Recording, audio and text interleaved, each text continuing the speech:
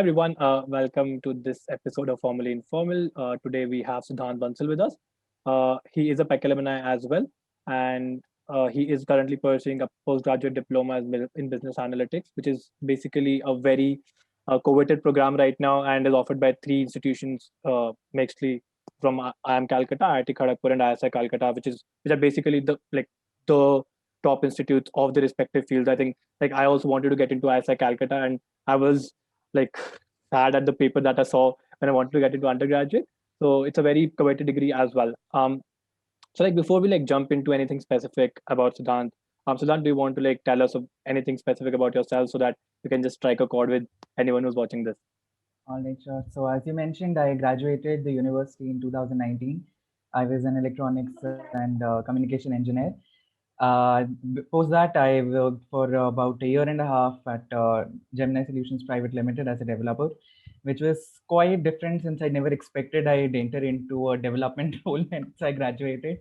My coding skills at that point of time not being good, but that actually proved quite effective because that was partly the reason I looked up into more into themes that were more technical. For example, things like machine learning and artificial intelligence, and it played a huge role for me entering into this program. Besides this, previously I've done some volunteer work in areas concerning mapping and cartography, and to some extent social media promotion as well for Vietnam. And I've mainly wanted to work with the Asian countries, especially the ones nearby, because I closely relate to those countries. Most of the people my age, they fancy either USA or Canada or Europe, but I had a very different perception of the world. So that was there, and finally, even this year, I wasn't very sure if I'd be getting into this program, but somehow it happened, and so here we are. Yeah, so we looked at your LinkedIn before we uh, actually started this podcast, and we were flabbergasted because it was so much information to consume. It was so much to do, and when we were discussing before we even met, we're like, he has done so much, and he must be thinking thousand things at a time. So how does that go? Because we saw that you've done a lot of projects, you've done a lot of social work, and at the same time you were working for Gemini Solutions. So how do you manage it or do that per se? Actually, most of the activities that I did, they were mainly initiated in college when I had more time. So, for example, the projects with the United Nations, two of them I started in 2018 and 17 respectively. So it was during college as well. It's just once you get into those themes, and the fourth year is not that heavy, so you tend to continue them even as you enter into your post to graduate, because you strike a chord with those activities. And after I graduated, mainly I focused on my work, and somewhere I always knew I'd be pursuing higher education soon enough. So that was always at the back of my brain. But in college, the main reason for me being able to focus on all these other activities was I was never really that involved in the college clubs per se. And for me, I just felt somewhere the college clubs did not provide me a good enough platform for things I was doing, and that is why I started exploring things that were outside the paradigm of college, and that allowed me to venture into numerous different areas. I never expected that being 22 years old, people would be that open to accepting me in such opportunities. But once you actually have a passion for those things, I think it gets easier. Yeah, I think that's one thing about your profile as well, right? You have carved an entirely different niche than most spec students do, which is getting into a lot of clubs and everything. When we saw you, you were I think you were primarily involved in two things, NSS and Rotaract per se, right? Yeah. So yeah, so I think that was a very different niche. And why do you because you say that clubs were not able to provide you a very good platform per se, which is very different from what people think. So how does that go? What I feel was that the clubs were a little restricted in their activities. For example, if there is an event that's been going for years, it's going to continue. Whereas new events that are introduced were comparatively old. And some of the things that I was interested in, I couldn't find a lot of traction for other people. Especially, I was quite interested in geography and mapping, and it was a very peculiar area, and most of the people could never relate to that. So that was one thing. Secondly, being the college activities, they always had a very specific time or routine for things to happen, and Yeah. me being a day scholar, it never really gelled in well with me. So that led me to exploring more things that I could do at my own time. So that was the reason for that. And honestly, with today's internet age, you type anything and you can find an activity that is related to it. And most of the things that I landed, like it wasn't like I was preparing or planning for them. It just happened by random internet search. I found a good opportunity, I applied, and I got accepted. So most of the things, even my internship in Taiwan, the scholarship to Taiwan, later on the scholarship to China, most of the things just happened by chance. And like by God's grace, everything fit in the timeline pretty well. Like the things were completely in sync. And honestly, college was very supportive as well. For example, they would whenever I recall that once I when I was going for my internship, I had to begin my internship in November itself. And that implied, like I couldn't even register for the internship before I left. And my department and even the entire academic staff was pretty supportive. So it was not just me, it was the combined effort and the support that the university provided that helped me achieve all that. Yeah, I understand the day scholar thing, because I think all of us are day scholars, so we do understand when we are in extracurricular activities after 8 p.m. It's like constant calls from home that you have to come home. So it's kind of restrictive in that sense. I do kind of agree on that. So like regarding your intern, right? So that's something we also noticed. So you shifted from, basically you had a research intern in the Department of Business Administration, and then you were a software developer at Gemini, and then you went into PGDBA, which for us was like maybe you kind of mixed both and then you went for PGDBA, or was there some different sort of thought process that you fell upon? Uh, to be honest, I was always, interested for a foreign internship. And partly it was also reason that I began learning Chinese 2 years into the university. Okay. Because some, like back in 2017, the opportunities that these Asian governments provide, they're very different from the ones that are provided by Europe. Like they're much more open to people coming over there. Like what we don't realize is that most of the Asian countries, they have really good universities. Like China itself has like two of the universities in top 10 amongst the world. But most of the people do not consider going there just because they face language and food related barriers. But I wanted to experience that first-handedly. So that is why I began learning Mandarin 2 years, like in the second year itself. And it wasn't like it was a little hard in the beginning, but over time it got good. And the internship part, it was more like we were like I always wanted to do something that was not very not very technical, and somewhere had a business outlook as well. And even my internship over there, that was mainly around graph theory. Like it was about the entry mode of ICT firms in Indian mobile phone markets. So I found that to be a pretty good opportunity for me. And uh, I like it was one of those opportunities that helped me, decide. Like had I gone for an I knew after I graduate I'll be working for a few years. So had I gone for like that was one of the very few opportunities for me to explore. Like once I entered into my job, I wasn't sure if I'll be getting that opportunity again. Whereas working for a corporate, I was sure I'll be getting next year as well. So that was the primary driver for me to consider a foreign internship. It was not much to do with my at that point of time, it wasn't much to do with my interest for higher education or anything. But yeah, that did open me up to this field. But even when I was back in college in 2018, I came from my internship, I was still looking more forward to I earn more business related role. But somehow at that point of time, I had a sudden change of heart, and I thought maybe in the first few years it might be better to work as a developer, because management is something I can switch to anytime later on. But once you lose touch with Yeah. technology, it's very hard to come back to.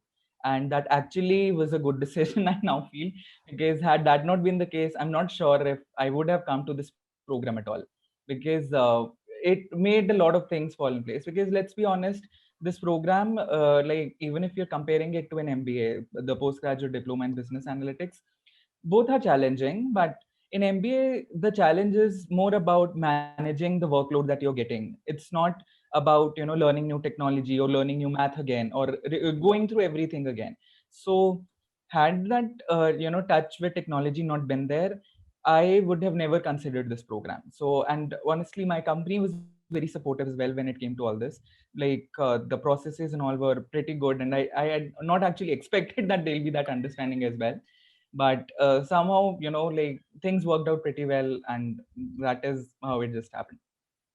Okay, so let's like just break this down, right? Because this is a lot of things that you've done in between that you've just missed out on. So the thing is that for the foreign internship, so most tech students tend to go to like Germany, and that's like something that's very generic, like Europe or USA, etc.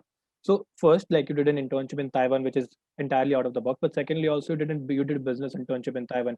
People usually tend to go for foreign internships which are in their like core field of education, etc.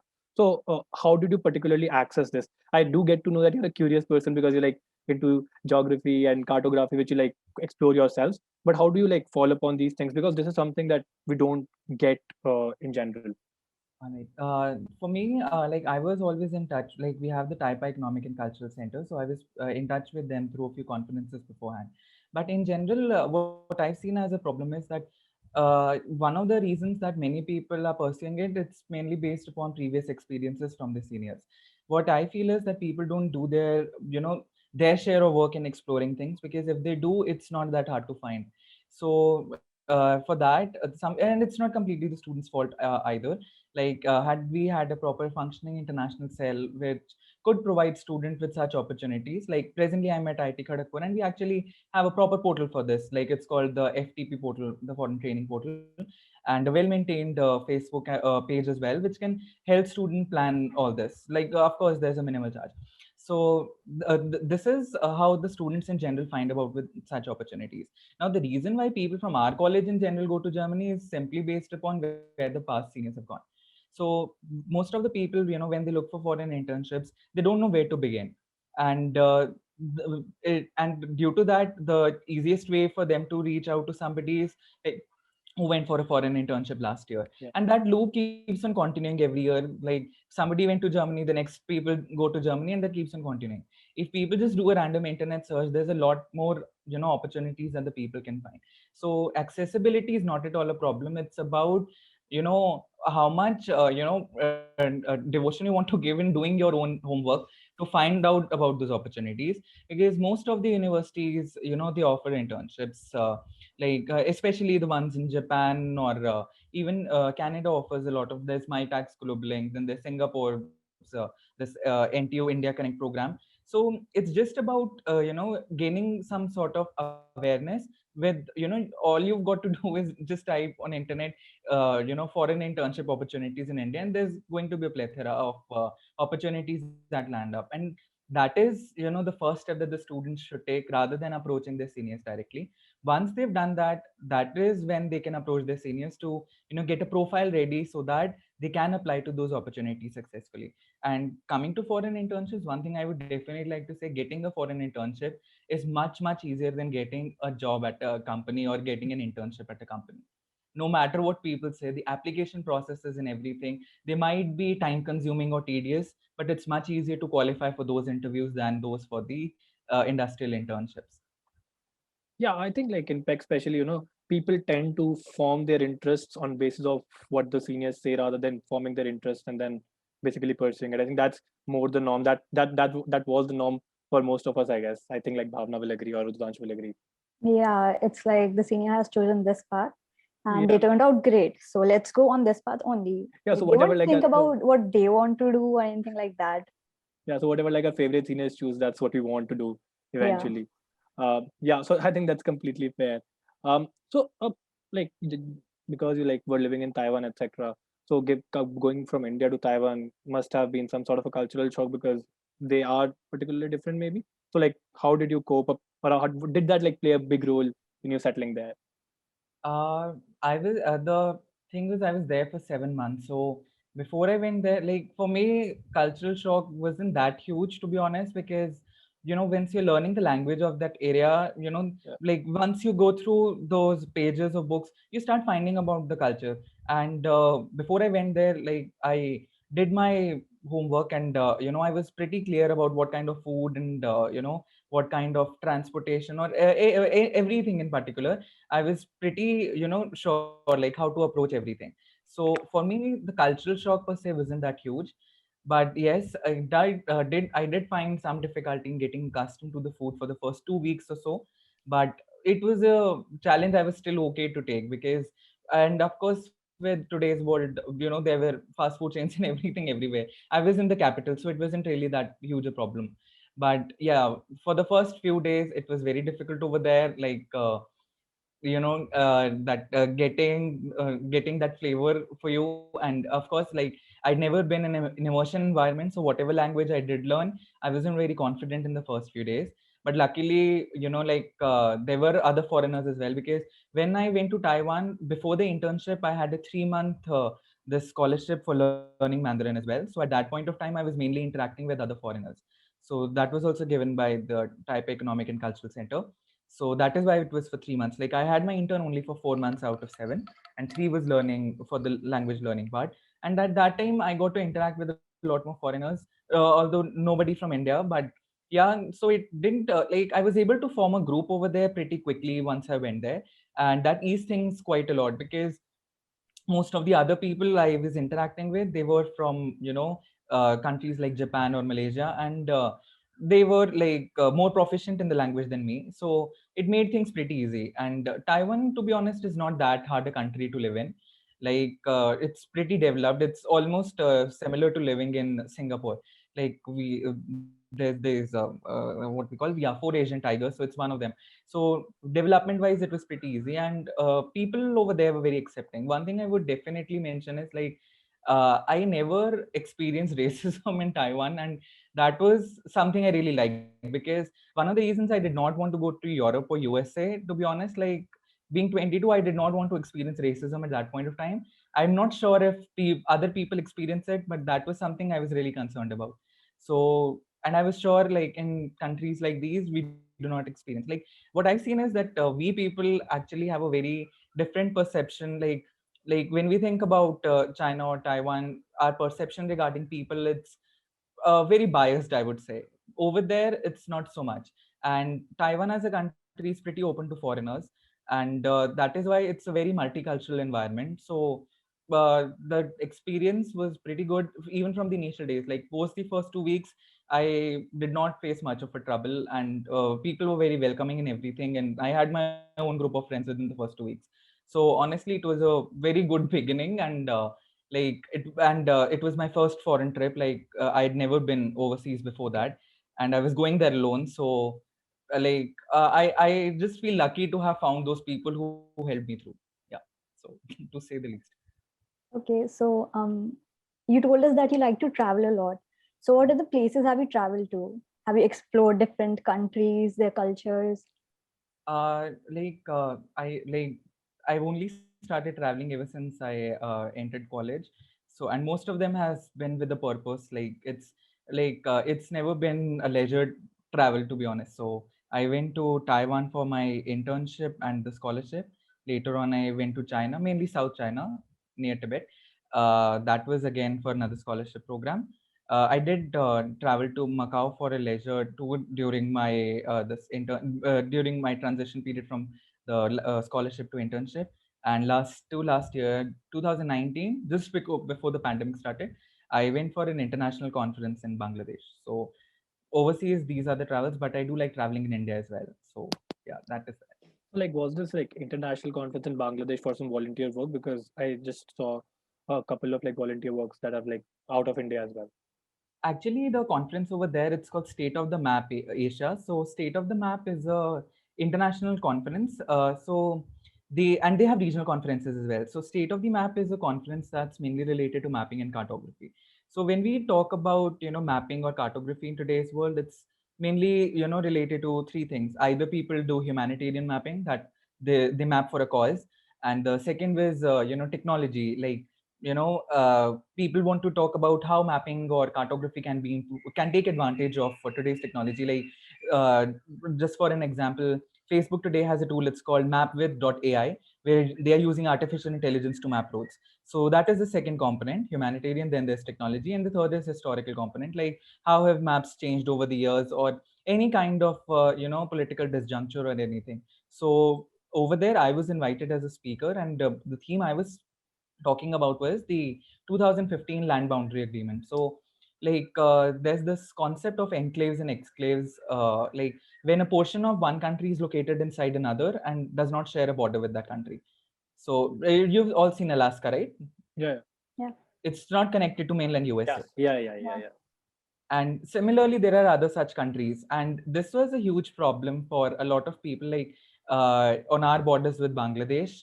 There were about like hundreds of enclaves and exclaves, because when the partition was happening and there was a lot of religious divisions, and how it happened was a lot of portions of India were stuck in the were bound by Bangladesh, and a lot of portion of Bangladeshi land were bound by India. Yeah.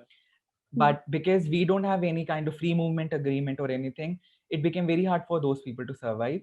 And finally, in 2000, this agreement was signed to exchange these colonies, not colonies, the enclaves and exclaves. And that was a historic moment, to say the least, because there were, lands within lands which belong to other nations, like concentric circles were there. And it simplified life and livelihood for a lot of people. So that was the theme I was talking about over there. So, but the conference I was invited for was due to my work with the Crowd to Map Tanzania, which was a project in which we were remotely mapping Tanzania to prevent female genital mutilation. So there was female genital mutilation happening in Tanzania, and there's no proper roads for the police or the NGOs to reach those girls. And there's this NGO located in UK that's taking the initiative to map the world. Like sitting in India, we don't realize, all this, because our country is so well mapped. Like you open a Google map, you can find where to go and the roads that lead there. But it's not a reality in most of the countries. And this is what that organization is trying to change. And this is what humanitarian cartography is mainly concerned with. So this was the initiative. And based on this, I was invited as a speaker, and I was given freedom to choose any topic I want to speak on. Yeah, that's something like Okay. I think no one would think. Yeah, Jessica, go on. Yeah, so we're talking about the majority of your life that you've spent after transitioning from India to an entirely new cultural spectrum, and how you felt that it was very comfortable for you and it was very welcoming and warm. But as a student, I also have this question that Mandarin is a language that we all know is a very sought after language in the business world. And how do you go about deciding that you wanted to learn something as intricate as that, because it takes a lot of learning, and also you have to start from scrap and go into a world which links you with the business and also your own domain. And you've received various honors that I was going through your profile. So you received various honors from the ministry in the year 2017 and 18. So like, could you please share how your entire journey about learning an entirely new language was? The thing with, see, when we're talking about Mandarin, what we need to realize is, like, it is of course a difficult language. But for me, it was never like, I did not learn Mandarin because I saw a lot of job opportunities. It was mainly for the student related opportunities that existed in China and Taiwan. Like if you do a random internet search, you'd realize that these in like before the pre-pandemic, these were one of the few countries that were actively promoting people from other countries to come to them. So that means, if you are just take the first step, the countries are there to hold your hand and walk you through. This is something you do not find in Europe. Like when you talk about European languages, they're very easy to learn in comparison to Mandarin, especially for people who are fluent in English.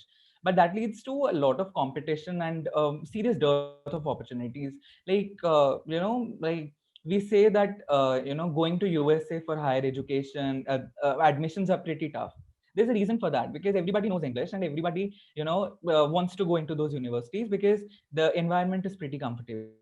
So this is the reason why there's too much competition over there. In Asia, it's the complete opposite.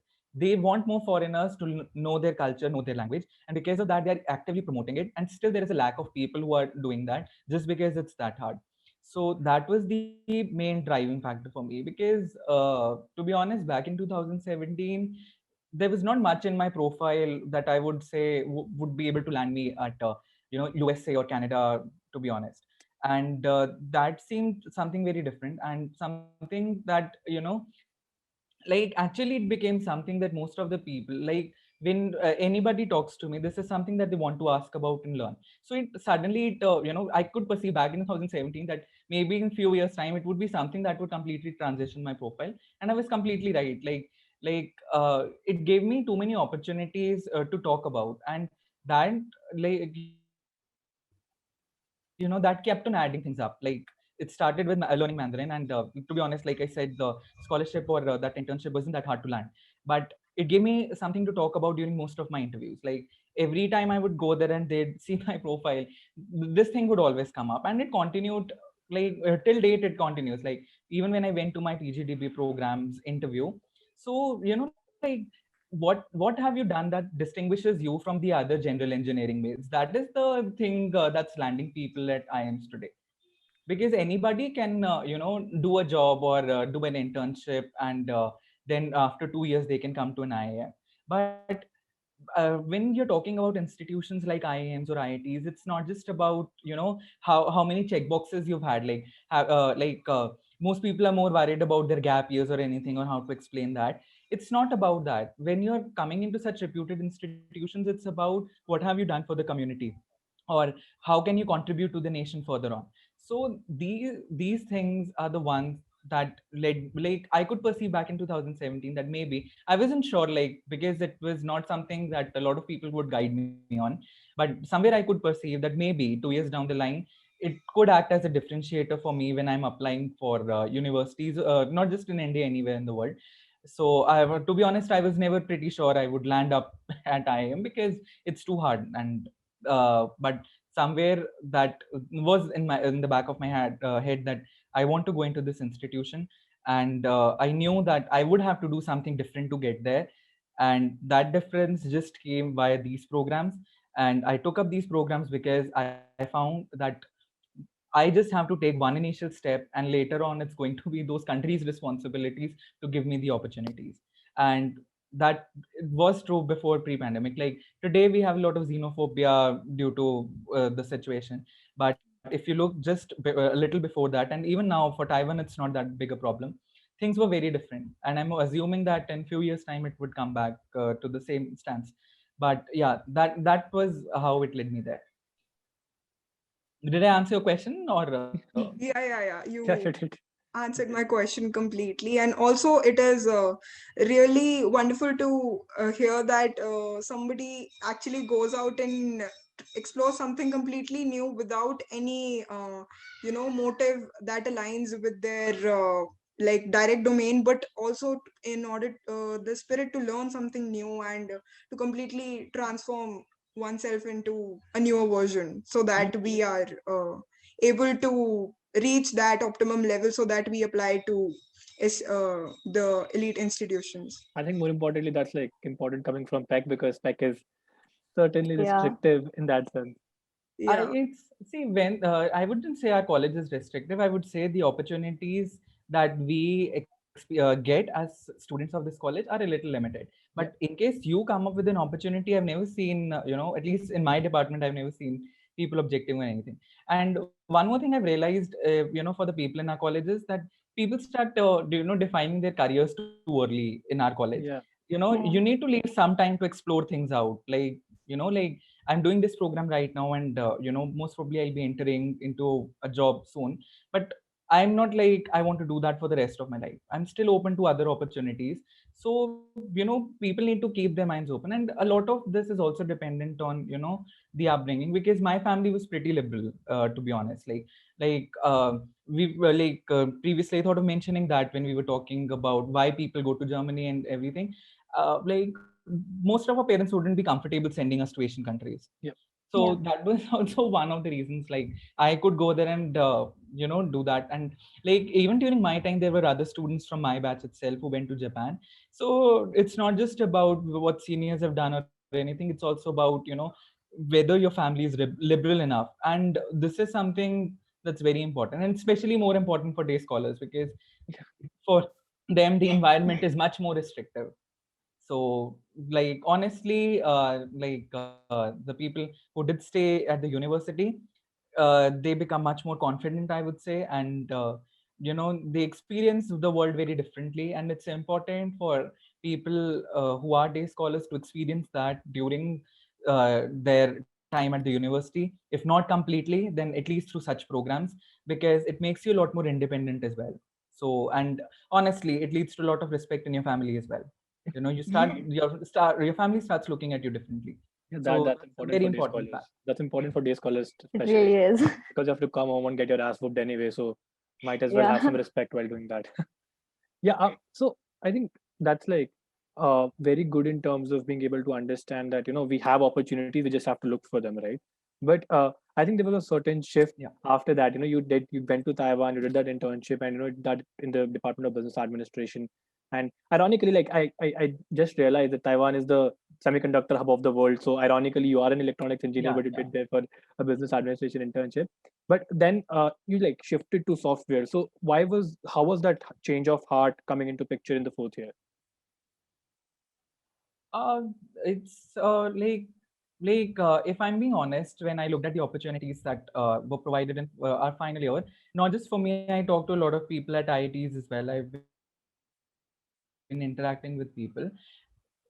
India, it's not a manufacturing hub. So in case Yeah. in today's time you need to have a good career in India, it's in the services sector. And even in the services sector, like if we talk about business analysts or any such roles, there's a lot of potential candidates, but the opportunities are very limited. The same is not true for software. In software, the opportunities are there, but the candidate pool who are eager to enter those opportunities is much smaller. So that opens you up to a very different world, and it gives you an opportunity to explore something that you might not be able to explore later on down the line. Like, what's the worst that could have happened had I not liked software development? I could have switched to a business analyst role a year later. So that was not something that a role entering into business administration could have provided me as soon as I graduated. So that was the reason that I had this change of perception, because honestly, in my final year, I wasn't that good a coder. I done an internship in business administration, and to some extent, we did use a little bit of Python programming over there. But when it came to data structures and algorithms, I wasn't that proficient. But to all my juniors out there, you really need to be proficient in those areas, because it's going to be very important for you. Yeah, that's like what So I personally, I regret that not having that in my domain set, because maybe had that happened, I would have had even more better opportunities once I graduated. So yeah, but somewhere I was pretty sure I'll be going for higher education soon enough. So I still did not feel it that bad. Yeah. yeah. So I think So that's please like go ahead. Yeah. What was your also a query? very important thing going into the future, right? So I myself am a finance kind of guy, and I'm going to join JP Morgan in the financial domain, right? But I think that's very important when you like talk about Python and all that. They are going to affect the future, and you have to learn them so that you're relevant. You stay relevant in the future as well. But do you think like that's something that's going to stay? That so everyone will have to will have to learn some sort of language to be relevant in the future in the job market, etc.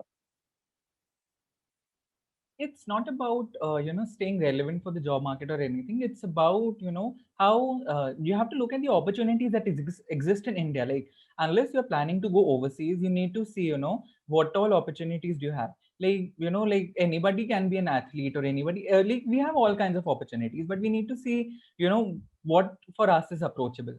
And if we are talking about the approachability in India, it is actually in these domains only presently. We are not a manufacturing country. We are not China, that we can construct a Yeah. metro every day or a hospital on every second day.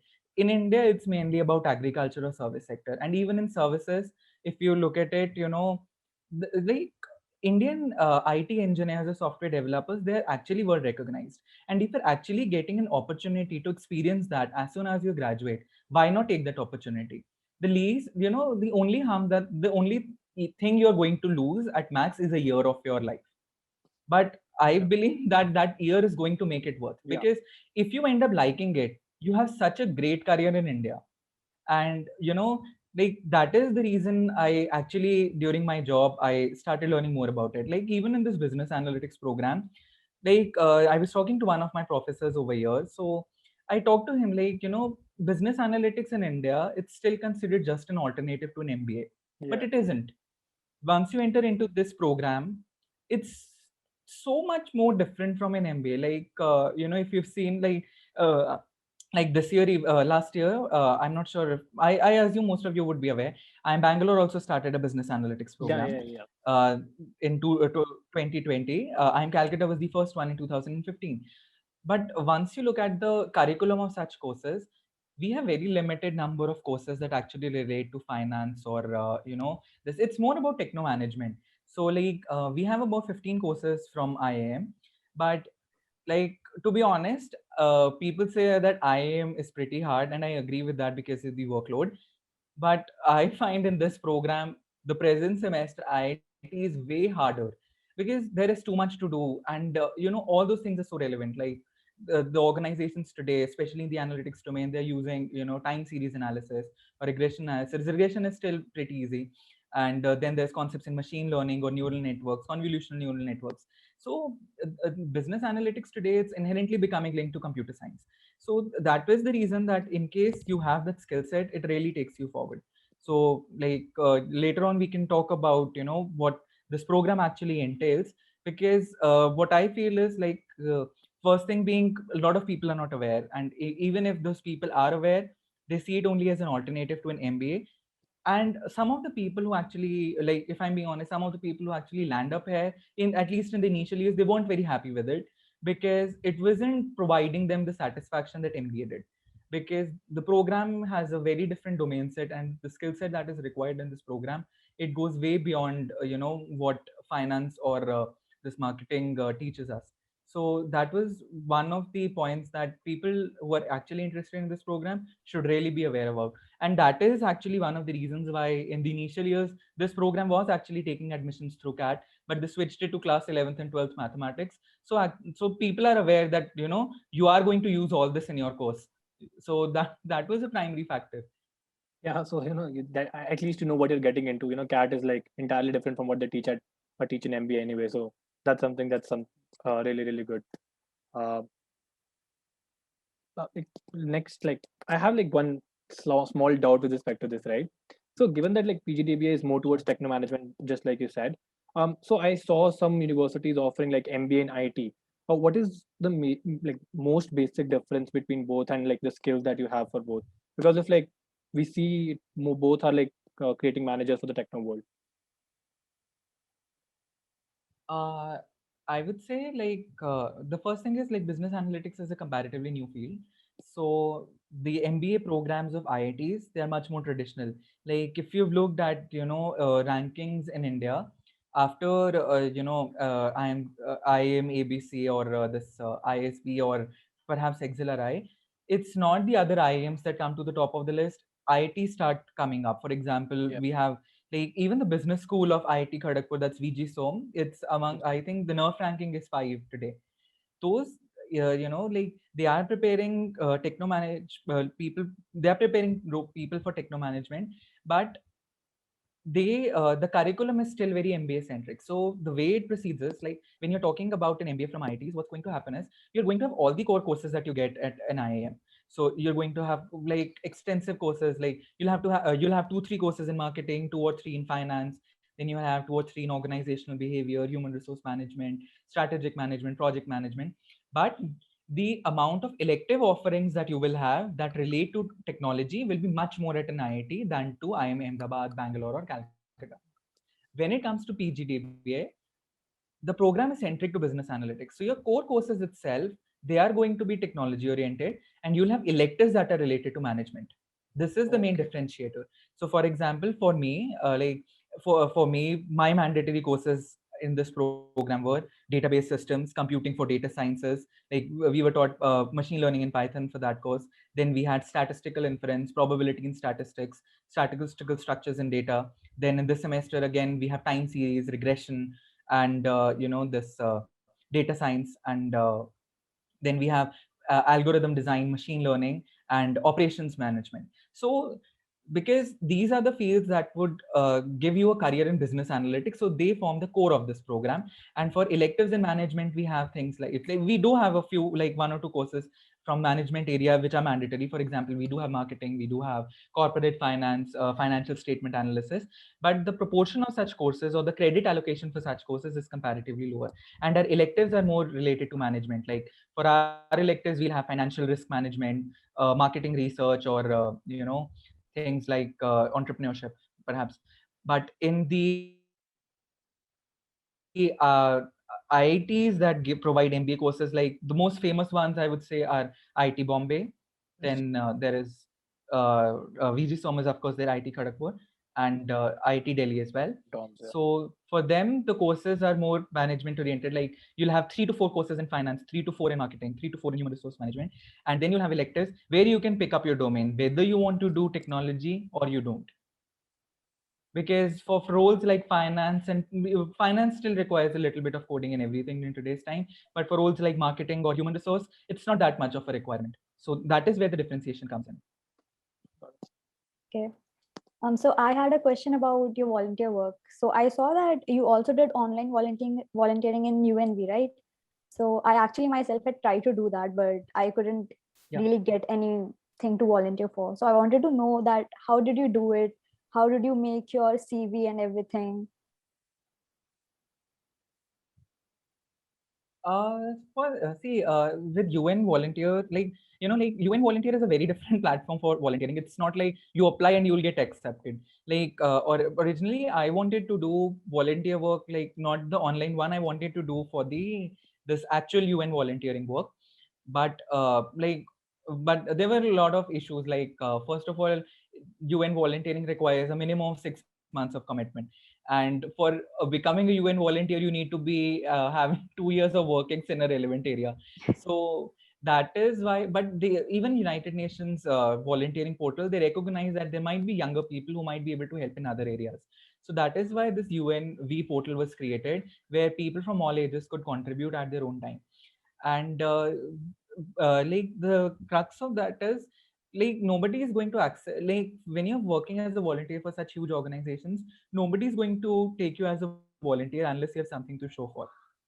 So or the other alternative is that you take up opportunities that require less level of expertise. Like for example, social media promotion was my first UN volunteering project, and that did not require a lot of expertise, and then you work your way up. So the right approach is that rather than looking for opportunities that interest you beforehand, you should first see like what are such opportunities that you can actually contribute to actively without a very steep learning curve.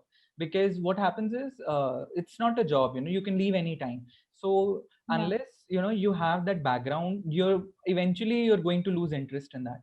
So that is why the UNV portal is designed this way. So so I would suggest that people who are actually people who are actually good at computer sciences or with coding, they should definitely consider taking up a few these roles. Because if you've seen United Nations volunteering portal, there's a lot of NGOs that are looking for people to design their websites.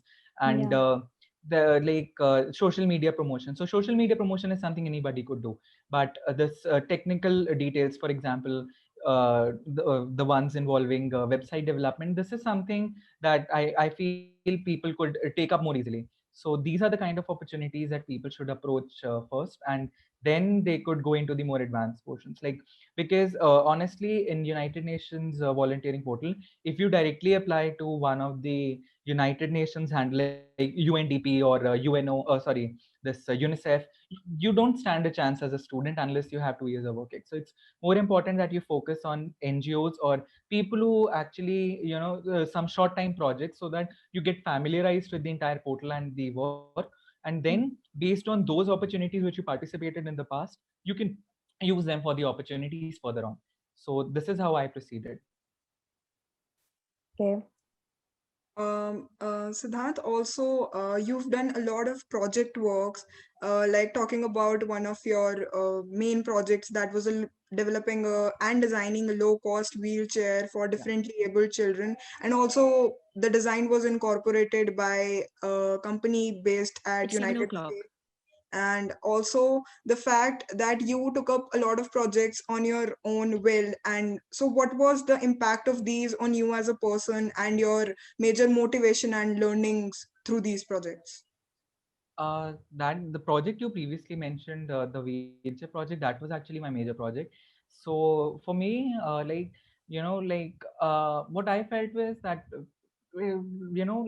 in college, there's becoming a trend to work with really high technologies, or but we losing the essence of those projects. Like, why are we actually doing those projects?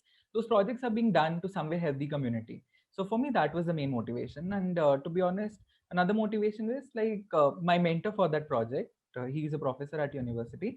So he had personally faced all those problems, because uh, he was handicapped as well. So and me I and that professor were quite close together. So that was one of the major motivations for us to take up that project. And the project was actually not that difficult, to be honest, because it was a very simple circuit design. But the fact was that what we observed, or when you interact with people, like this disability is not something that when it's going to strike. And what we observed was there were actually a lot of children, not only in India but across the globe, that face that problem very young in their age, and there's no suitable products for them. So that was like, the projects that we take up, they are not about, we shouldn't be deciding on the technology first and then targeting the project. The initial stage of the project is to recognize a problem that you're trying to solve, and then come up with a solution to solve that problem. That is in case you actually take that approach to projects, the projects are bound to get successful. And regarding this organization, like, we actually contacted that organization before we started a project. Like, we wanted to know, how, we saw a few of their videos, and we liked their motivation to help such children out. And we felt that in India there was a lack of such chairs for children who were disabled. And we actually felt like that was something we could actually create. And like, we weren't sure when we started this project if it would end up. And but we still did it, because it would we felt that, let's say we are able to complete it, it would be helpful for the community. And later on, we actually integrated a project with them, and we sent our prototype to them, because the project could successfully complete. And we even shared it with a few organizations in India for manufacture, but it was mainly through a professor, so he handled it post that. So when it comes to projects, always first see what kind, it's not necessary that you have to solve a social problem. It might be a business problem as well. But first you need to recognize the problem before starting working on a project. And to be honest, I only had 2 or 3 good projects in the university. But in case you end up doing those 2 or 3 good projects, you know uh, you don't have to worry much about how things are going to be seen. Because the fact that you put sufficient effort into even a single or 2 projects, it's sufficient enough to guarantee that you'll have good opportunities later on based on those projects. Because people can see that, because if you worked on a project that way, when you talk about those projects, you realize from the candidate that what was the motivation and how it came about. Because you get passionate about those projects, and when you talk about it, people realize that passion. So it's very important to be very passionate about anything you take up, because unless you have the fire in your eyes, people are not going to believe you. And this is very important. Like, in most of the interviews that I've had, like, I've not had too many interviews, to be honest. Like, when I was I could never manage to get an interview for an IIM. And it's not like I was preparing actively for them either. For this program, yes, I did prepare. But for CAT, I just gave it for fun. I was pretty sure I'm entering into a job as soon as I graduated, so I did not give CAT 2019. In 20, I gave it just for fun. And later on, even for this program, I found out about this program as well pretty late. Like, I found it about in January 2020, and there was hardly a month for me left to prepare. But I would spend my weekends preparing for that program, class 11th and 12th mathematics. And that is how it went about. So uh, you know like and these projects and all, they played a significant role in how that turned out. Yeah. Yeah, it's really great to know that how conscientiously you worked for the betterment of everyone around, and also how great learnings you took along your path. I'm personally going for the intern in the next semester, and as a student, it really excites me to know that you, being in a circuital branch, like you've done your degree from electronics engineering, what we usually see is that the people who are usually interning out of India are the ones who are in the non-circuital branches, mainly the people from the mechanical or from the production or metallurgical department. But during your years, those opportunities were very less, or I should say, people weren't aware about how should we go about accessing those resources and planning it out. So, what was your approach at that time? I would say, like at our time, number of people who were actually going for foreign interns was much higher than the future batches. To be honest, like see, the number of companies who come on campus increase year after year. So, and that actually reduces the pool of candidates who are going overseas. Like at our time, back in like 2017 when we were going for interns, there were about 6 people in electronics itself who were going for foreign interns. But it's like it varies year to year. Like right now, of course, most of the people are going to go for this internships in companies. But at that point of time, like people found out about those opportunities and they were excited about them, because a lot of people in our batch had this craze for higher education as well. So the primary driving factor for going for foreign interns is actually higher education. And actually, in case you are actually planning to work in India after you graduate, then a foreign internship might not be the right path actually. So it's very important that how much of a risk are you willing to take, because getting an internship and then going into a job, it's a very straightforward path. And actually in today's time, like it's not just about how the colleges have changed, it's about how the companies have changed their perception as well. And it's not true just for our college, it's the same at times as well. Earlier at times as well, the final placements were the most important portion. Everybody like there was this I was looking at one of the interviews from one of the alums, and she actually said that when she was at IIM, it was not about going into interns and getting PPO. A lot was dependent on the final placements. Now in the last few years, there's been a trend reversal. Now the path is becoming like most of the companies, they want to take up interns and then convert them into full-time employees. At our time, a lot more focus was given on the final placements than interns and the conversion. So that was a very important factor for people actively pursuing foreign internships at that point of time, because they knew that once they come back, there's still going to be a lot more opportunities in the final placements. And it was true, like there were hundreds of companies when we sat. But now the companies have had a change in perception. So in today's time, and also due to the pandemic, this trend of foreign interns is I that's my personal opinion, I feel it's somewhere dying down. So a better approach perhaps would be for the students to consider a semester abroad rather than an internship abroad. So that is one way the students can actually experience much more, because honestly, unless you are actively eager for research, a foreign internship in the third year does not serve a lot of purpose either, unless you are very familiar with the domains and everything. So the semester abroad, where you actually take up courses from overseas, it becomes much more important. And later on, you can translate that into a job either in India or overseas, and can even pursue higher education based on that. Yeah, so I think we had something start around 2 years ago in fact. I think like 2 or 3 years ago, where we had a semester exchange program with like Triple IT Hyderabad and IIT Kharagpur, etc. I think we had that. So I think that's something, that's a start for something at least. But one question that is like in my mind since the last 10 minutes is that you said that for like UN volunteering, etc., you need some sort of work experience in a relevant field. How does that work out? Because I think like volunteering like needs to be in from a perspective that you just want to help the community. How does that like work experience come into the picture exactly?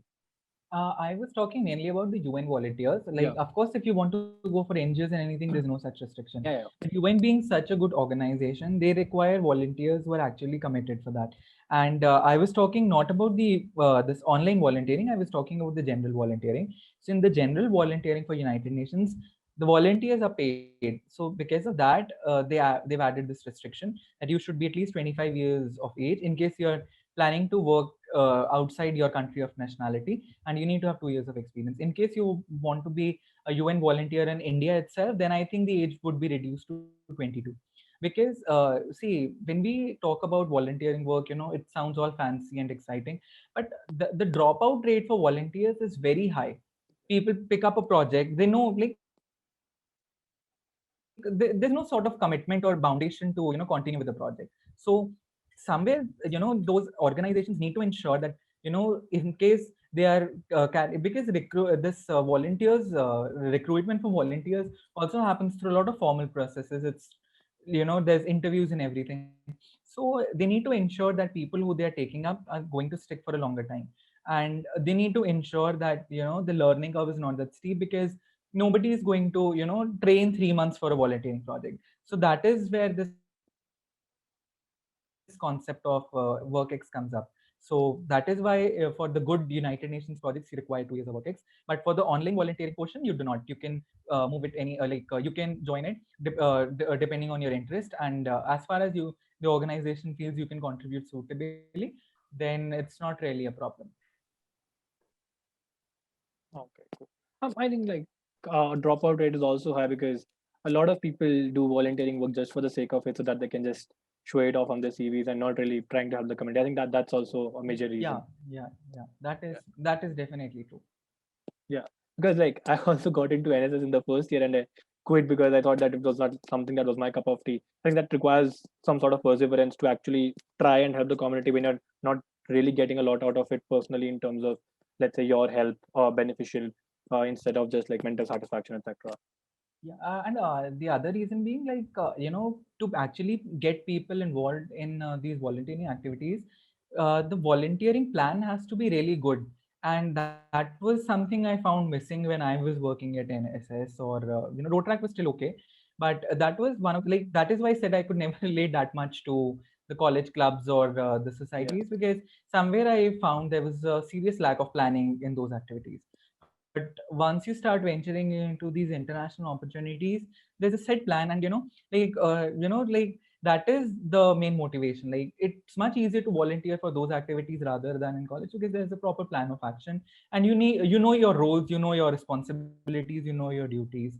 And honestly, those people, when you interact with those people who you were volunteering with, especially when, like, there's a lot of volunteering projects involving teaching and everything, where you need to teach either English or sciences.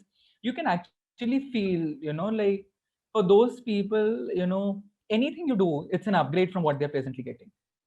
Yeah. So once you start visualizing that, first handedly, it does bring a different kind of motivation. Yeah. Uh, so volunteering plus Mandarin is something which is very unique on your CV. So like, how does it help you doing interviews? Because I've been giving MP interviews right now, and a lot of them ask, you are a general engineering male, why are you going into management, etc. And so there's this always this impending doom of proving that I'm different. And because you always say that, Mandarin also proved to be a talking point in an interview. So how does that fare exactly? See, one saying that goes for all management interviews is, it depends a lot on the panel. Yeah. So, it depends. It actually depends a lot. So, but the thing is, like, I've never given an MBA interview. But I did qualify for the PhD program of IIM Bangalore. Like, yeah, that is something I have not listed on my LinkedIn profile either. So that one was just a trial interview sometime back I gave for IIM Bangalore. Like, yeah, another opportunity for students, like anybody who's a graduate from India and has a 4 years degree, they become eligible for a direct PhD program in IIMs or even at IITs, provided they have a good enough score. So, and at IIMs, getting into a PhD program is much easier, and it pays you quite well as well. Like, it was paying like 50,000 or something per month, I would say, at IIM Bangalore. So over there, what I realized is that, like I mentioned, for these, see, there is when you're going for an MBA program, it's about, what are you expecting to learn out of this program, or, you know, it works two ways. Either you need to prove that, how this program is going to help you in your career, or somehow you need to prove to the institution that by accepting me as your student, you are the one who will be gaining. So somewhere my interviews always tend to get centric to that. Like when I, when I say that when I was in college and I represented my college at an international level at a conference, or I went for I represented my university at an international competition. Like there's this Chinese bridge competition. It's a national competition, and I stood third when I was in college. The universities tend to have a perception that if I could do that during my bachelor's, perhaps I'll be able to do that during my master's as well. And that way I'll be representing the college or the university at a much higher level once I enter into that. So this is how it all differentiates you, because what you're saying is, the general engineering male, even if you ignore that, the like how when this question pops up, like why are you pursuing this program, it's a clear indication from the interviewer side that there's nothing differentiating you from the other candidates who are coming. So we are not finding an advantage as an institution for us to take you into a program, so you really need to prove your worth. Like, what are you planning to achieve with this program? So honestly, for me, the interviews never went that way, because my interviews would generally begin with my introduction, and when I would mention these activities, they would directly divulge into, either the geography of China or the politics. And to some extent, I wanted to avoid all these topics, especially the politics part. But then once this volunteer work comes up, I start relating. Like numerous times, I've said that the institution would give me a platform to carry out these activities at a much higher level, and that is something that really strikes a chord with those professors or even the alums. Because at the end of the day, once you, even if you do not do it during your college days, but you have the spirit to help the community, you'll graduate, and somewhere somehow that spirit never dies, and they know that you will be able to contribute to the community later on. And once people start looking at your profile, it's going to show up that you graduated from so and so college, and that gives those professors or people from that institution an opportunity to be proud of you. So that is the perception you create when you are in an interview. So that is how it helped me. And to be honest, like I was saying, that it a lot depends on my panel. So for my panelists, I had one of my professors actually, and he was a travel buff as well. So that connection was quite easy to form for me. And another reason being, when I had actually gone for this conference in Bangladesh, I never expected the kind of returns it had. Like once education is one thing, but once you're talking about any institution, people would like to see that you're not only interested, you not only interested in their education, but also in the culture as well. So that was another part that really helped me in my interview because I would like to be honest, my top choice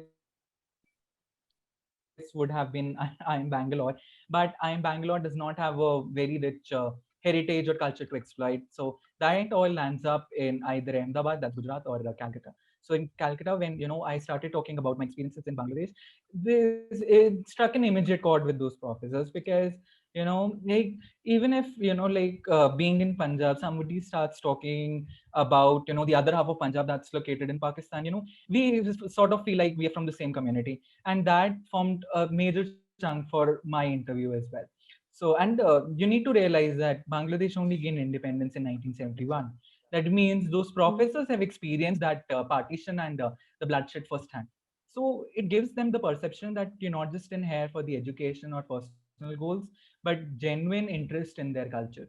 So that is how I landed up this Calcutta or West Bengal, to be honest. So because you form that cultural connect with those professors, and not a lot of candidates are able to do that. Yeah. So coming to culture only, you have also experienced the Chinese culture like first-handly, right? So in Taiwan, you did many hobbies like Chinese shadow puppetry and Chinese yo-yo or something. So what was that all about? Yeah, yeah. See, whenever you're going for like I mentioned, the first 3 months it was about language. So, uh, language and culture come hand in hand. So no matter where you go, like even the foreigners who come to India to learn, so it's not just about learning a language like Hindi. So most of these universities, they need to ensure that the students who are coming there, they need to have a good enough cultural experience as well. So most of the universities, even in India, like Delhi University arranges courses for Hindi for foreigners or even for Sanskrit. They ensure that the cultural activities are also an inherent part of such programs. And that is why they have all these sort of activities for foreigners, so that like again, what is the purpose of all these scholarships, or the why would a country want you to learn their language? It's so that you talk about those experiences with other people get excited for those opportunities, and the pool of people who are aware of their language or culture keeps on expanding. It's sort of like a soft cultural infiltration. So that is why these activities always form an inherent part of whenever you're learning the language. So in general, most of the universities, they arrange either, activities either once a week or twice a week, and there's sometimes a nominal fee, but most generically it's free. So like and like because I had when I went to Taiwan, I took a level that was a little below my proficiency. Like when I was leaving India, I already had a proficiency of about 800 words or something. That's manageable enough for local conversations, not enough for television, I would say. 800 words, like for a regular conversation in any language, you would require about 5,000-6,000 words. So I had about 800. I could manage most of the things. But like in India, when I was learning Chinese, I was Mandarin. I mainly did it with the simplified characters. So once I went there, Taiwan makes use of the traditional Chinese script. So I took a level that was a little below my proficiency. Like I would say I already knew 40% of the course content. That gave me a lot of time to actually get involved in a lot of cultural activities, and those were free of cost with the university. Like the reason why people don't pursue them is they feel that would they be able to manage it with learning. So that is the reason I took a level lower, and it allowed me to explore a lot of things. And those people, like even in India, I feel that trend is dying down among the youngsters, where they want people to explore their culture. Like earlier people were very excited to teach foreigners about the dance or everything, or the food and everything. Food is still a big part of our culture, but over there, even the younger generation right now, they would not, they like to introduce people to their culture, not only in terms of the language, but also in terms of the food and all kinds of activities. So people, when those people are so enthusiastic about those activities, you tend to get excited as well. So this Chinese yo-yo, it's like it's a dumbbell shaped toy, and there's a rope that you need to pull it up with. So like I'm not very good at it, but yeah, but I did take part in that activity, and it was very hard to learn, to be honest, the yo-yo part. But my favorite activities involved making dumplings. So there's like 7 to 8 kinds of dumplings, and it's very different from what we have in India.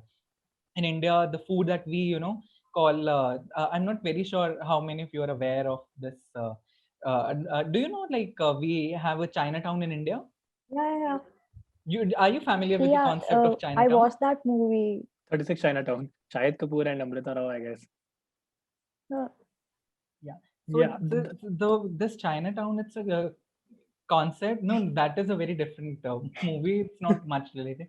Chinatown, like see, China in previously back in 1900s, it's not a very it wasn't a very developed country, and there was a lot of immigration out of China. So wherever these Chinese people would go, they would set up their own small community, and that would culminate into a Chinatown in that area. Now, Chinatowns in US are pretty famous, like some really famous Chinatowns, and they exist in a lot of countries. In India, presently, we only have one Chinatown that's located in Calcutta. But during our wars in 1962, a lot of it, went into demolition. You all must be knowing Mei Young Chang, right? He was the Indian Idol fourth or third winner.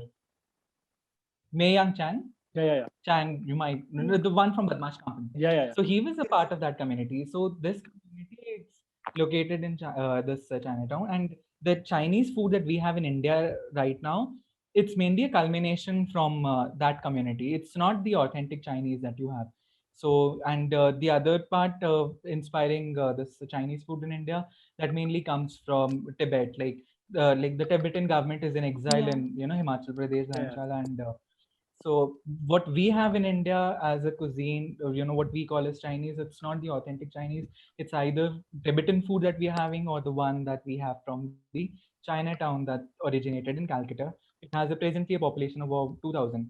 And I've been there. I was in Calcutta for about 3 months. So now I'm in Kharagpur. But that is why I wanted to explore what the actual Chinese food was like. It's not very palatable for the Indian tongue, I would say, but dumplings were something that I could still relish. But the traditional Chinese food, I would say, it involves getting a lot of used to. Like, and earlier we were talking about the adjustment. So fortunately in Taiwan, adjusting wasn't that hard because the fast food chains were pretty common, and Taipei is the capital. So I would say I would have the local food only 6 times a week out of, and I like most of the breakfast I would generally have from local vendors, or like sandwiches or something. And to some extent, yeah, I did eat a lot of foreign food when I was in Taiwan as well, because it was that easily accessible. So this culture part, that is how it stems. Yeah. What would be the weirdest type of food you ate in Taiwan? Like in Taiwan, like I'm not sure if you are going to like it or anything, but I'm not. I won't tell you what I've eaten, but I'll tell what kind of things I've seen there. So there's like the dumplings and all is still fine. The one thing that was really startling for me was that chicken over there is not really chicken meat, it was pheasants. So that had a very different taste in comparison to the chicken we had. Of course KFC was still okay, but that was one thing. Then people there, they have stinky tofu, that's for the vegetarians. Like it's again a Taiwanese delicacy. And then in case we're talking about weird things, then I've seen frog soup, I would say. Then there's pig's blood, pig's blood cake. So that is considered to be a delicacy as well. But for me, I liked seafood, and Taiwan, it's an island country. So for me, I liked octopus is the most. Okay. So did you ever wear a kimono and So go those watch are the the kinds fireworks? of things I experienced there. Yeah. So yeah, I was saying, did you ever wear a kimono and go Fire watch the fireworks on Chinese New Year, I guess? Kimono is mainly a Japanese dress, but traditional attire I've worn once, yes. But the fireworks, yeah, that fireworks I've seen, but in like during that time I was not like I gone for a visa thing to Macau, so over there, yes, I did see fireworks, and it was pretty lively. But like anybody who's planning to travel to China around that time, just beware that although it looks pretty fancy, it's not a very good time for travelers because most of the shops and everything are closed. So just be sure that like it's more like Diwali. So no, Diwali for foreigners, it's only good if you have a family to celebrate it with. Luckily, I had a family, like a local family over there. So it's very important, to interact with the locals, because otherwise you'll be missing on a huge part of the culture. Yeah, that's true. Yeah, I think like mingling with the locals is the most efficient way of knowing about what the culture is, because I think they are the most equipped to tell you. So I was just listening to the food choices, and my father went to China like around a couple of years back, and the guide there told him that we eat everything except like tables and chairs. So Chinese food is something which is like maybe considered in terms of that they can eat anything, and like we know like Chinese eat bad soups. That's something that has been wrecking havoc in the world. But yeah, the Yeah. thing is that you like octopuses, etc. What is the weirdest thing you've actually seen people eat except like pig, etc., etc.? Do you think like something that might have grossed you out or something? Because when I see videos on the internet, Chinese food totally grosses me out, to be honest. Uh, in China, I was only there for a month. Yeah. Like in Taiwan, it's not really. Taiwan is very developed in comparison to China, so things are very different. But in China, like I have seen people like I did not go to any seafood markets, so that is where most of these things are available. So I would go mainly to restaurants and everything. So over there, the only other thing I've seen people eating, that I did not want to try would be, larva, I would say. Uh, La, la, cat, Larva as in, Caterpillar larva. Yeah. So Oh, those are the kind of I things. mean, that's like too small. I mean, why would they do that to them? But okay, that's cool. I've Um, heard like there's a I've never seen people eating dogs or yeah, anything. that's what I was coming to. So I've heard that there's a There, festival there in is a China. festival. Yes, there is a Yeah, festival, but that tradition, I would say, is dying down slowly, and it's well, like China, it's a very huge country, and I was there only for a month, so I did not get to experience all that. But most of those festivals, they are not it's not like people enjoy eating that. It's more of a tradition. really. So it's because of that that they want to keep all those activities alive. And honestly, I have no clue how things are at seafood markets. So because the place that I was living in, there wasn't one nearby. Otherwise, I would have definitely gone there at least as a tourist once. But in Taiwan, there was this concept of night markets where you could see all kinds of stuff. And but even over there, in Taiwan per se, food wasn't that weird. The all like or maybe I've not experienced things that way. So for me, the most common thing that I saw people eating, which I did not understand, was pig's blood. So pig's blood, it's served in the form of a sausage, and people really relish it, but I could never understand why. And yeah, in Taiwan there was of course bubble tea as well. So but it was when I have a beverage, I don't want to eat too much. I don't want to chew that much.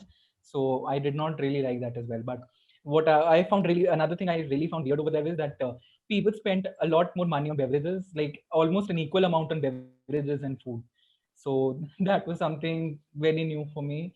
Like those people really do like to have their beverages everywhere they go. Okay. So one more question that I have for you is, how did Gemini Solutions help you for PGDBA?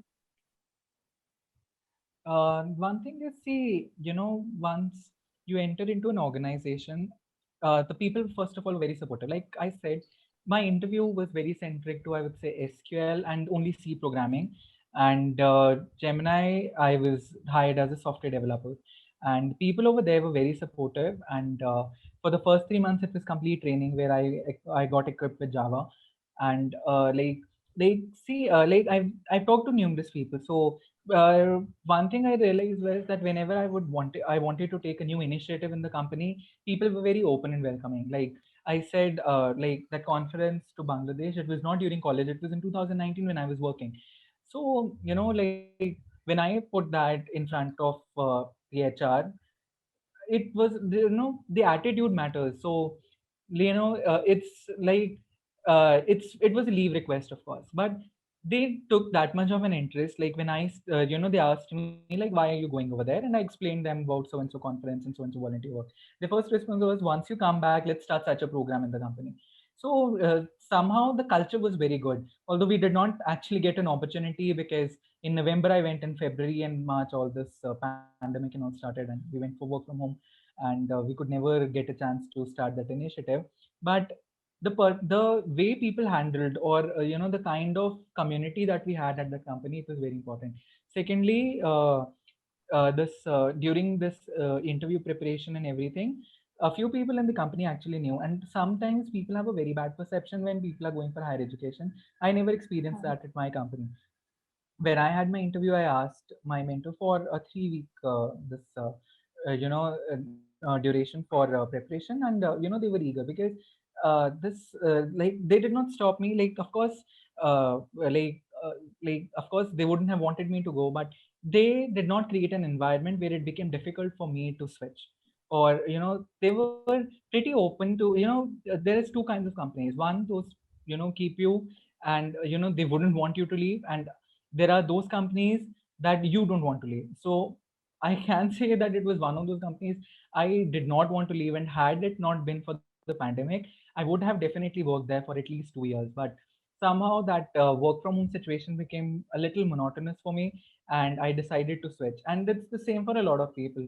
Like work from home became so monotonous, people wanted to switch, not because they were unhappy with the job or anything, just because they got so tired of the monotony, waking up every day at 10, Yeah. sitting in front of a computer screen.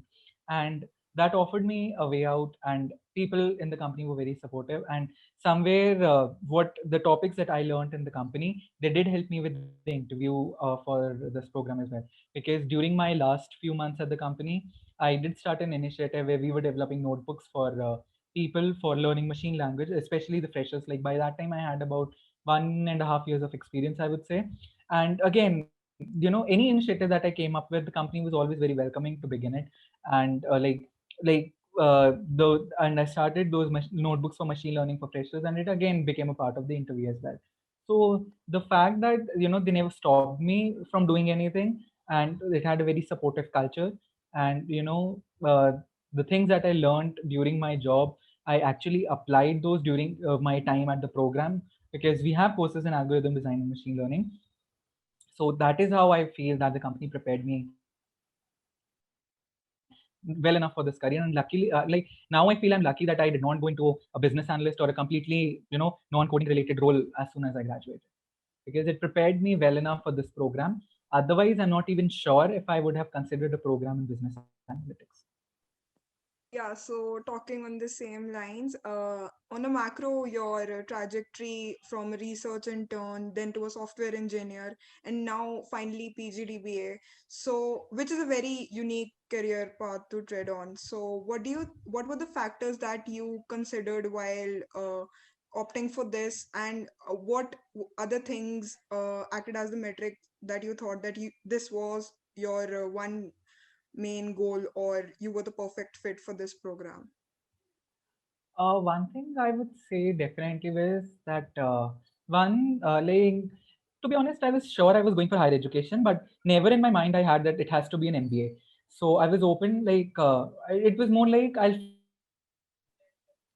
figure it out when the time comes. So it was only 1 year. Like what I planned was, like, I completely enjoyed my time at the company. I joined in June 2019 until June 2020. I focused solely on my work and learning on the job per se. And it was only after June, I actively started looking like what should be the next step. Like 2 years, I'd assume like 2 to 3 years I would work in the company, and that is when I started looking for opportunities. Till then, I did give CAT 2020, but again, it wasn't like, it was just a trial for next year, because I did not want to start a degree in 2020. And then again, or like just through random internet search, I was looking like what all programs are there, because I was aware that most of the IIMs do offer a PhD program. So I wanted to see if there are other opportunities for others, us as well. And that year, that was the first year, 2020, when in the CAT admissions I actually saw that I'm Bangalore. Like even I was unaware at that time that I'm Bangalore also offers a business analytics program. And that is when I saw that. And then I actually explored whether there are other such programs at IIM Ahmedabad or Calcutta, and I found this program, and I very casually applied for it in January, just to see how well I perform. And then when I looked at the curriculum, it somehow struck a chord. Like I was always interested, like computer science was still secondary. I was always pretty interested in statistics. So, and unfortunately, at my time, we did not have any courses in statistics in our curriculum for electronics people. So, and as soon as I started learning statistics, just for just out of interest and curiosity, somehow I felt like a connection, and I kept on learning statistics, and that further led me to learn linear algebra. And then I focused a little more on graph theory. Graph theory also, I was a little bit more eager, because I'd previously done an internship on that. So the flow became very natural. It wasn't like I saw the program and I was wanted to prepare for the program or anything. It just I started with statistics because I had an interest in that.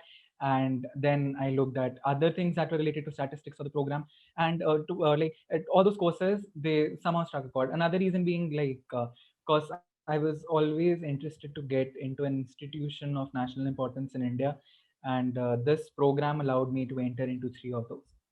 So that Yeah, was the very important factor for that. I think that was like the most important factor when I look at PGDBA. You see, like you get 8 months in the most important institutes that India has on offer right now. So that's something that's extremely important.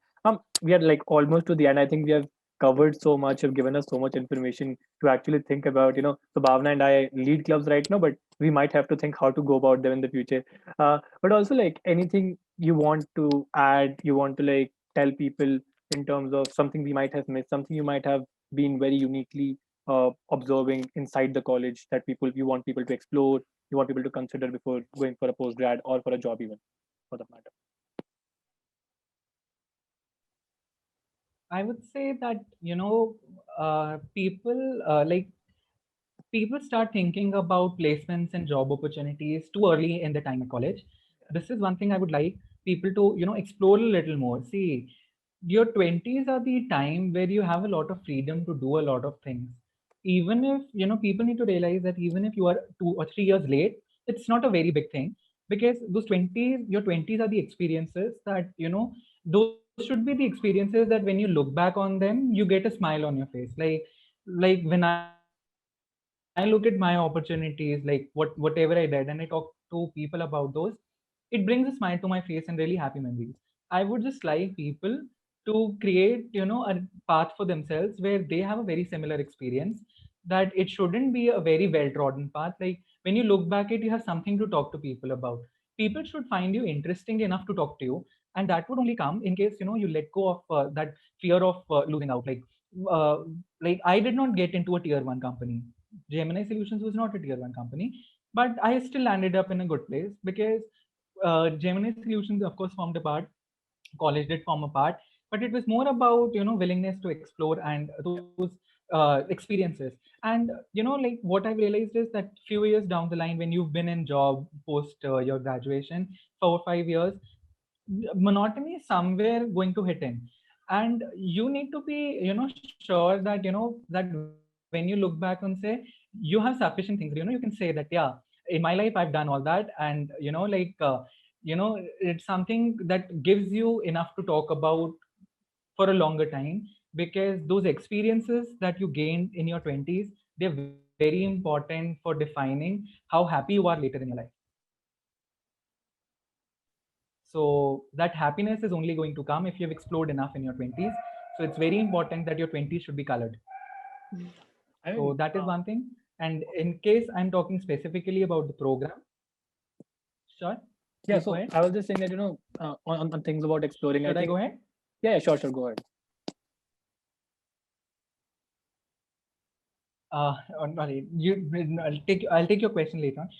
I was saying, in case I'm specifically talking about the program, I'd just like to say that this program is a lot harder in terms of its course content. So in case anybody who's planning to enter into this program, it is suggested, that they do prepare a few courses of the curriculum beforehand, because otherwise, for me, it would have been very hard to survive had I not prepared good enough for the interview. Of course, I have batchmates who were not familiar with everything, but uh, the fact that I was, aware of all those concepts before entering into this program, it did make my life a lot more smoother in this program, and gives me opportunities to participate in Kaggle competitions, data science hackathons. And in case you actually want to experience all that in this program, it's very important that academically your concepts are clear even before you enter this program. Not everything, of course, but a few courses like statistics, linear algebra, and to some extent, if you can do machine learning. So that is very important.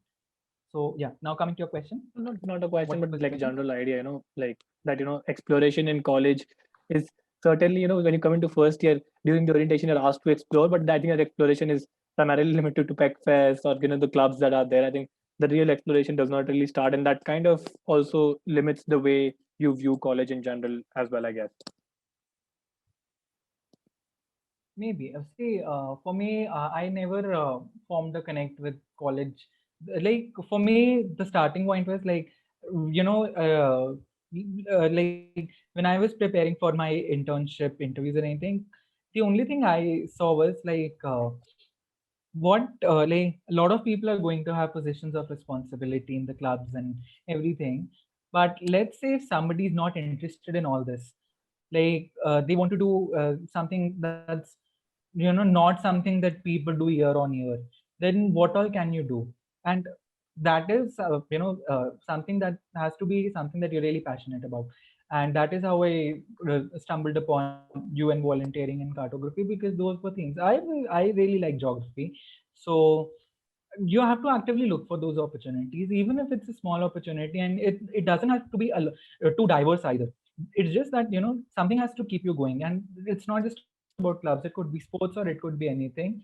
It's just you need to find your passion, at least at least one thing that really excites you, so that, you know, your college experiences ends up being pretty good. So that was my takeaway from college. Find any one activity that you're passionate about and try to maintain it for 2 to 3 years in your college, so that, you know, like, later on you're able to stick for it with life.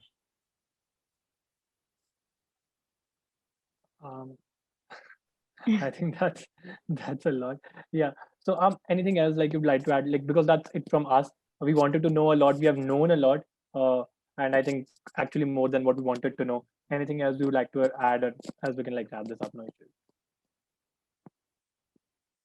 uh, just a message that, you know, like, uh, you know, in case in your second year or third year you're not very clear, like, you know, how what you're going to do next, I would just say people to just relax and be completely fine with it. Definitely you should take steps for your career, but just be sure that even if 1 or 2 it takes, you know, it takes you some time to figure out everything, like 1 or 2 years into the job, or, you know, don't be sad that you did not get into a good enough job or anything, because it's too early, you know, for you to define your life based upon one job. If you're not landing into a tier one company, or in case you did not get into your dream organization, don't worry about it that much. There's going to be sufficient opportunities for you in the future. And it is very important to, you know, focus on the positives and not on the negatives, because the worst thing that you can do once you graduate from college is starting your professional career with the bad note. So no matter where you land up, try to look at the positives, because even after you graduate, you're just 23 or 24, and you're still going to have sufficient time and opportunities in your future to change everything around. And you know, talk to people, and never be hesitant to approach. Like, we have a community of so many alumni, and you know, for me as well, when I was preparing for this program, I randomly approached there were two more alums, you know, who helped me in my interview preparation. In case you find anybody's profile interesting on LinkedIn or wherever, make an effort to approach them. Don't think that they're just going to ignore your profile. Message them, know more about it, whatever excites you. Take an initiative to become a part of that. So that's all from my side. Okay, so like those were some amazing words from you. So I guess we can wrap this up now. There are no more questions from our side and nothing else from you, right? Yeah, that's all from my side. All right. So thank you so much for coming. This was amazing. We had a really fun session with you. Thank you so much, Thank you. Siddharth. Like, this was wonderful, Yeah. and especially the last thing. I think that was some Yeah. really important advice, especially to Jessica, because she's in second year right now. Yeah. The pressure Exactly. is Like surmounting on hearing her. the So fact that there's so much anxiety and anticipation about what is going to happen, and hearing something like this, that, you know, there's a lot of time and life is much bigger than these things that we look as very big or very humongous, that hamper our mental peace. So yeah, that was really, really overwhelming and insightful. You know, we even have this saying amongst all those general engineering males who came from our college into IIMs, that, you know, we have this saying, I've interacted with a few, that people who go into tier one companies, they hardly ever make it to an IIM. You can check all the alum profiles and find me a general engineering male who went to an IIM after tier one company. Just try that and you'll realize what I'm saying. That's just a joke we have yeah, amongst our yeah. alum Agreed. groups. Agreed. Girls do make it. Girls do make it. So girls, you don't have to worry. I like them. All right. Thank you. Thank you so much for coming and giving us your time. Thank you so much, Siddharth. This was wonderful.